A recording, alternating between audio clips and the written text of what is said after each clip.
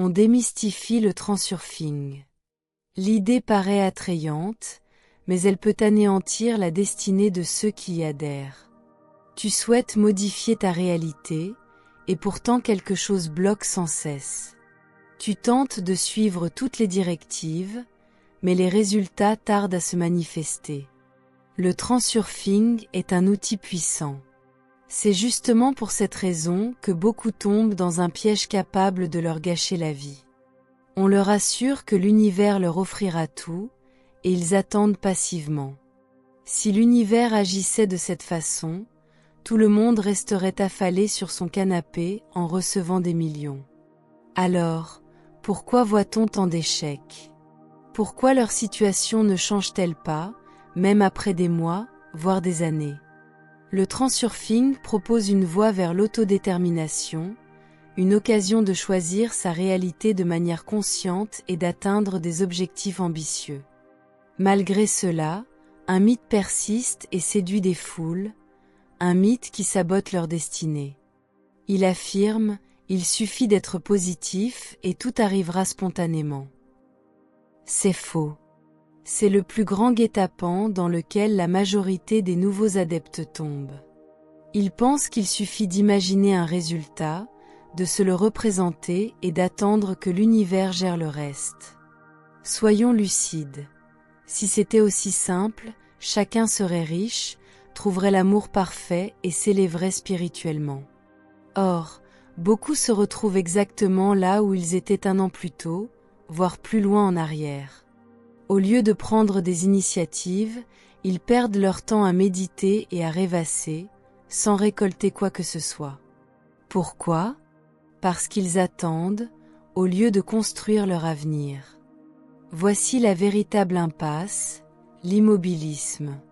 Pourquoi rien ne bouge-t-il si tu crois que des pensées seules peuvent tout accomplir? Tu tombes dans la passivité, tu t'imagines des scénarios sans te lancer, et tu ne vas pas à la rencontre de tes opportunités. Tu espères des signes de l'univers, mais tu ne crées pas les circonstances qui favoriseraient cette évolution. Le transurfing explique que ta réalité se conforme à ton intention, le terme clé étant intention. Il ne s'agit pas d'un vague désir ni d'un rêve éveillé. La véritable intention implique de poser les actes nécessaires pour concrétiser ce que tu vises. Tu ne peux te limiter à visualiser le résultat. Il faut progresser vers lui, sans brusquerie, mais avec une démarche orientée et réfléchie. Regarde ces personnalités célèbres qui ont métamorphosé leur vie. Elles n'ont pas seulement imaginé leur réussite, elles ont mis à profit le pouvoir de l'intention, allié à l'action. Prenons Jim Carrey et son chèque de plus de 10 millions de dollars. Tout au début de sa carrière, alors qu'il était un jeune humoriste inconnu, il s'était écrit un chèque de 10 millions de dollars pour ses futurs cachets. Il le regardait chaque jour pour affirmer sa réussite à venir. Mais l'aspect crucial, c'est qu'il n'a pas attendu que ça tombe du ciel. Il s'est rendu à d'innombrables castings, a affiné ses compétences et a encaissé refus sur refus. Finalement, quelques années plus tard, le tournage de Dimben Dimbe lui a rapporté les 10 millions qu'il s'était promis. Rester confortablement chez soi, à visualiser ne suffit pas. Il y a aussi d'autres exemples de personnes qui n'ont jamais patienté passivement en espérant un secours extérieur.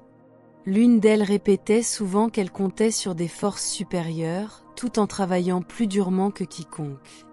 Pour elle, l'univers ouvrait la voie, mais c'était à chacun de faire les pas. Elle n'a pas simplement rêvé de devenir une grande animatrice. Elle s'est formée pendant des années, a nourri son charisme, a appris et a multiplié les expériences. Au bout du compte, elle est devenue l'une des femmes les plus charismatiques et influentes du paysage télévisuel mondial. Comment prendre au lieu de rester inerte? Premièrement, comprends la distinction entre un souhait et une intention. Un souhait n'est qu'un désir vague, alors qu'une intention s'apparente à une décision concrète avec des actions qui en découlent. Formule donc clairement ton intention. Ne te limite pas à « j'aimerais ». précise exactement ce que tu veux. Un piège courant vient du fait que les demandes manquent de clarté. Beaucoup disent « je voudrais être riche, tomber amoureux, changer de vie », alors que le transurfing exige une formulation limpide. Par exemple, je perçois 10 000 € par mois grâce à mon activité qui me passionne. Ou au lieu de « je veux être heureux », précise « je cherche des relations épanouissantes et harmonieuses ». L'idée de base est que ton cerveau et l'univers doivent savoir où t'emmener. Plus ton intention est précise, plus vite le décor se mettra en place. Ensuite, agis, ne serait-ce que par un petit pas. Avance concrètement vers ton but, sans action, tu n'obtiendras rien. Attendre un signe ne sert à rien, commence plus tôt. Tu peux te visualiser en train d'encaisser un gros chèque, comme Jim Carrey, mais sans mouvement en ta faveur, tout restera au point mort. Dès que tu te mets en route, des circonstances, des partenaires et des contextes adéquats se révèlent. Décide-toi donc pour 3 premières démarches concrètes à réaliser, maintenant pour aller vers ton objectif. Troisièmement, allège l'importance que tu accordes à ce que tu souhaites, tout en évitant de négliger le travail ou de t'attacher maladivement au résultat. Agis de manière sereine et soutenue. Si tu dramatises ton désir, il deviendra d'autant plus inaccessible. Par exemple, si tu veux trouver l'amour de ta vie, mais que tu es trop crispé à chaque rendez-vous, la personne en face le percevra et prendra ses distances.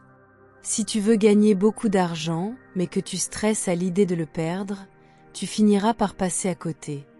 Le transurfing préconise une réduction de l'importance. Vois tes envies avec plus de légèreté, sans en faire une affaire vitale.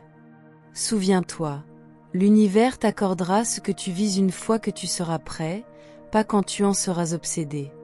Vérifie si tu te mets trop de pression et, si c'est le cas, relâche-toi, imagine ton objectif déjà atteint, puis avance à ton rythme, sans stress ni panique. Quatrièmement, sois réceptif aux signaux, mais sans attendre une intervention magique. Oui, l'univers envoie parfois des indices, mais si tu n'es pas actif pour en tirer profit, ils ne t'apporteront rien. Le destin t'oriente, mais c'est à toi de choisir la suite. Des coïncidences heureuses existent, toutefois nombreux sont ceux qui, par paresse, restent immobiles et ratent ces occasions. Maxime, par exemple, rêvait de lancer sa propre affaire, mais attendait que l'univers lui dise quoi faire. Jusqu'au jour où il a compris que les signaux n'apparaissent vraiment que lorsqu'on est déjà sur le chemin. Il a alors étudié son marché, lancé un projet test et sollicité des fournisseurs et des clients. C'est à ce moment-là qu'il a rencontré des signes favorables, des personnes prêtes à l'aider et des opportunités inattendues. Pour employer ces signaux à bon escient, n'attends pas que l'univers agisse à ta place. Avance, et l'univers s'harmonisera à tes actes. Si un indice se manifeste, saisis-le immédiatement.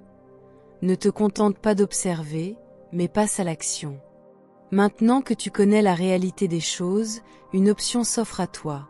Continuer à croire à un conte de fées, ou bien prendre ta vie en main. Fais ton choix et indique-nous, en commentaire, par quelle action concrète tu vas commencer.